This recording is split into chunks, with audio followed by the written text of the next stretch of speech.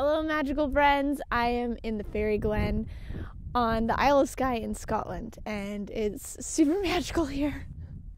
And today I wanted to talk about death in such a magical place, and what birth, what new life, what awesome everything can be born from it, so that we can live a more rich and profound life, because a lot of people are going through stuff right now. A lot of people are transitioning. A lot of people are getting sick. A lot of people are dying. And so what do we do with this as people that it's, are watching, or people that it's happening to? I had one of actually my close friends pass away just a few days ago, and she was as healthy as you can get as far as juicing and doing those things, and she just died of cancer and had to transition. And it's one of those things that you can be as healthy physically, but it's also emotional health, and it's in his soul well-being. And it's also this choice of, I'm ready to go where I want to stay. So there's a lot to it. And also my grandmother passed away, who a few months ago, and my other grandmother is in rapid decline, as well as my cousin, my second cousin, who's a rodeo star, actually just became a paraplegic and fractured his spine, or however it works, off of a bull. And he is a bright spirit. So there's a lot going on, and I know that there's a lot going on for a lot of you and a lot of your different families, and maybe there's nothing going on, but there might be ego death. There might just be death within you, and there's been a lot of death in me, actually, as this eclipse period has gone on. I went through a lot of emotional death, and that is significant in its own way too. So what do we do with this? What do we do with all of this change, this energy, and how do we ride this wave, particularly with the idea of death? Well, knowing that we are all one ultimately, and that death is just a transition to another space, another realm, another aspect of ourselves, usually to our greater selves, a greater aspect of ourselves, that deeper remembrance. So we have to remember that when we're talking about all of this. Now, as far as the death, what do we do with it? We let it be reborn in us. We let new things come in. So as I've been contemplating all of this death around me, this death in myself, I've been playing and really feeling the deep burning, the deep well inside of me just starting to boil, to rumble, as to work with this energy. And the way that I would say that's coming up in me and can come up in you is to, in a way, live like you're dying, truly. What is on the other side of the death spectrum? Life. So with this death, maybe in your sphere, maybe just within yourself, what is to come? What wants to come? Life. And the life also wants to come as a counterbalance, because we are all one, we are all connected.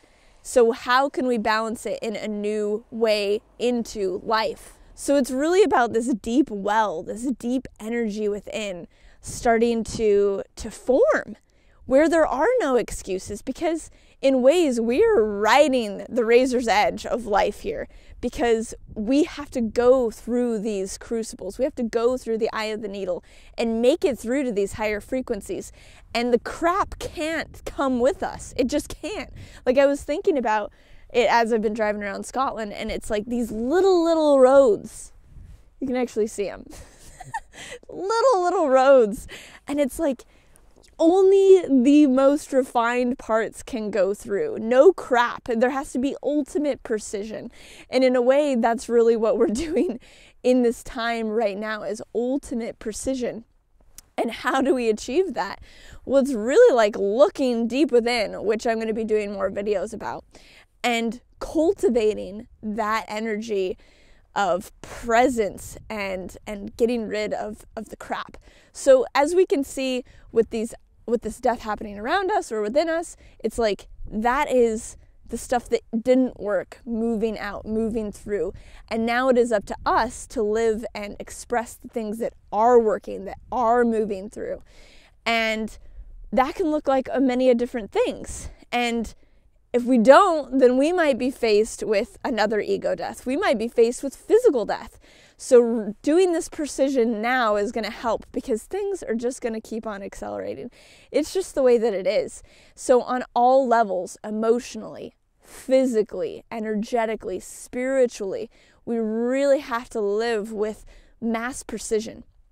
And not only precision, but live with life within us.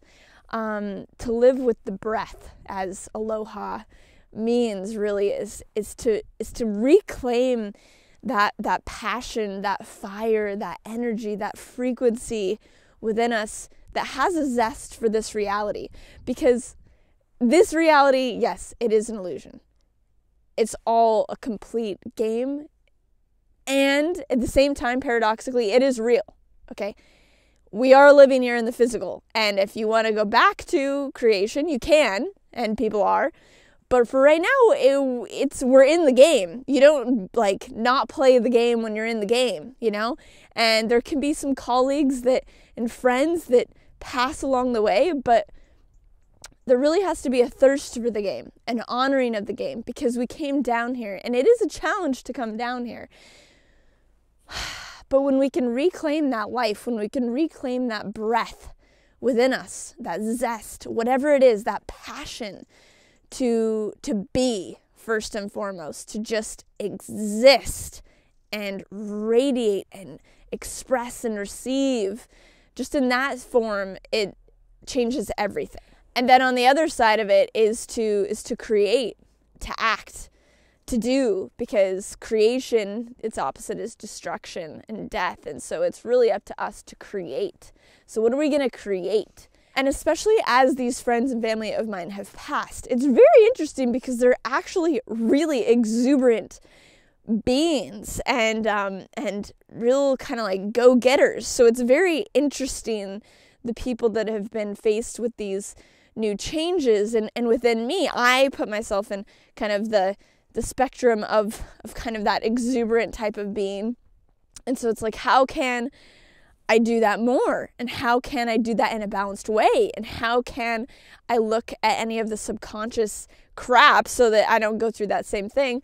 As well as, how do I be more present so that I'm truly available for life? So play with this.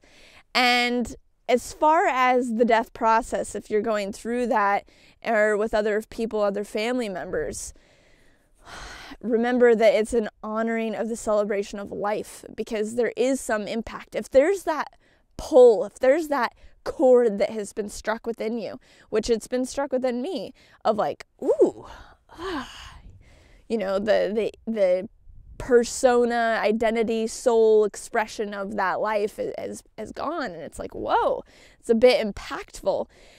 That's because it struck a chord, and that's because they had meaning. There is something to celebrate. There's something that represents life and change that they expressed in this life. And so it's something to really be honored and to look at and be like, wow, where can I do those things too in my life, because I have the capacity to do them on this physical plane? And where are the things that I'm not doing that I can do more of? So if it strikes a chord, it's something that is supposed to reverberate through you, that is supposed to make a new sound within you.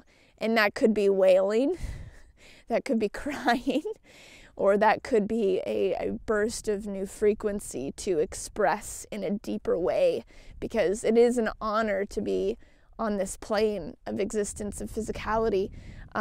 There's so much to exist as. There's so much to explore. I mean, go travel, come to places like this, you know, create, change the world, you know, and let it be something that lights your fire to be more. And to remember that you are everything, but to be more of the everything that you are.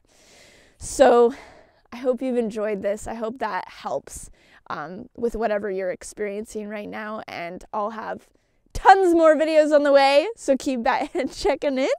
And I'll talk to you soon. Thank you so much for watching.